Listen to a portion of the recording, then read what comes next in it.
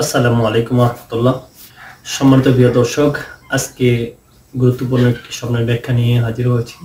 তা হচ্ছে, স্বপ্নে তুলসী পাতা দেখলে কি হয়। স্বপ্নে তুলসী পাতা দেখলে কি হয়?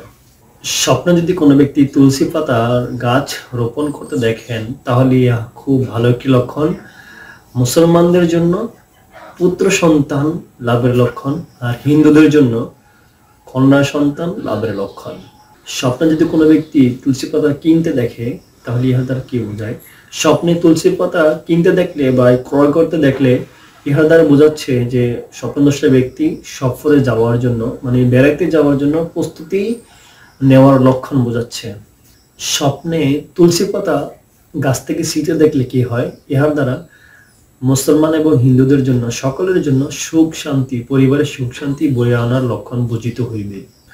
স্বপ্নে যদি অসুস্থ ব্যক্তি গাছ থেকে তুলসী পাতা ছিঁড়তে দেখেন, তাহলে ইহার দ্বারা অসুস্থ ব্যক্তি সুস্থতা হওয়ার লক্ষণ বোঝাইবে, কেননা তুলসী পাতার মধ্যে অনেক উপকার রয়েছে। স্বপ্নে যদি তুলসী পাতা গরম করে রস বের করতে দেখা যায়, তাহলে ইহা দ্বারা হিন্দুদের জন্য হচ্ছে তারা কোনো ফল খাইবার আলামত বোঝায়, আর মুসলমানদের জন্য কোনো শাকসবজি খাওয়ার আলামত বোঝাচ্ছে। স্বপ্নে যদি কোনো ব্যক্তি দেখেন যে সে তুলসী পাতার গাছ বিক্রি করতেছেন, তাহলে হিন্দু হলে ওই ব্যক্তি কোনো অপরিচিত মহিলার সাথে খারাপ সম্পর্কের মধ্যে লিপ্ত হওয়ার লক্ষণ বোঝায়, আর মুসলমান হলে তার বিবাহের লক্ষণ বোঝায়।